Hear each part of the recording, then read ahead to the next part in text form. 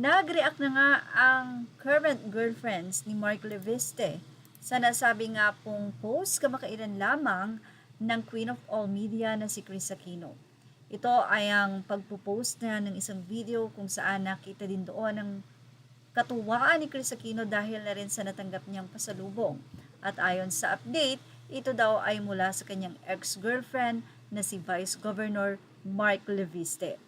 Anyway, mula nga sa naging post ni Kris Aquino ay sinabi nitong yehey, my favorite, yehey.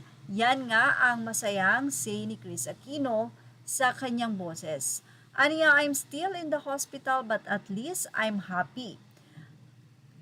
At ang nasabi nga pong chocolate ay favorite ni Kris Aquino. Makikita na ang chocolate ay KitKat.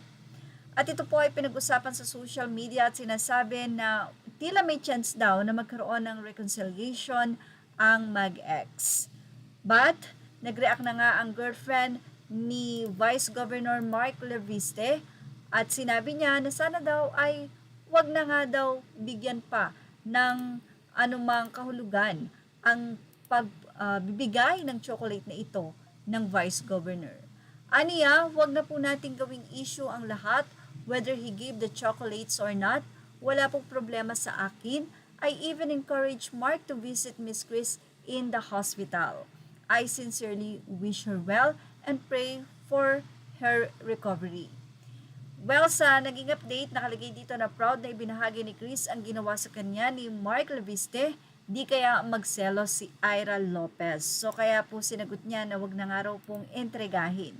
Ilang mga netizen naman mula sa artikulo ng Fashion Police ang nagsalita. At merong itong naging 6 na komento mula sa naging update ng Fashion Police ngayong January 19, 2026. Sa ng isang netizen, si Christy Entreguera Fermin lang naman ang nagbalita niyan. Actually, yung anak ni Leviste ang nagbigay. Siguro nasabi niya na galing sa kanya at sa papa niya. Anong masama doon? Chris Way just gracious and grateful enough to post it. Etong si Chris T, nakadapa na si Chris dahil may sakit pero tinatadyakan pa. Ang may isang sakit lang ba ang kaya niyang babuyin? Kawawang nilalang, sipa ng isang netizen. Well, ang isa naman ay sinabing, oh come on, may kurot na selos yan, whether aminin or not. At ang isa ay nagkomentong, ginaya mo naman sa iyong selosang wala sa lugar. Aika is a runner in good shape and in good health. Kita naman ang paghihirap ni Chris. She's gracious enough to respect ang past ng BF niya with Chris. Pagsiselosan mo pa ba yung halos nasa bingit na ng kamatayan? That's called grace on the new girlfriend's part and class. Sinang isa, edi binigyan ng chocolates, ano masama doon?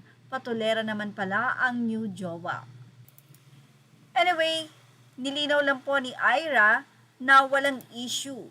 At pinupush pa nga niya si Mark Leviste na bisitahin si Miss Kris sa nasabi nga pong ospital or sa kalagayan nito. Well, ano po ang masasay niyo about dito? Ilagay na ang inyong opinion sa ating comment section. Images are all credit to the rightful owners. Please like, share, and subscribe.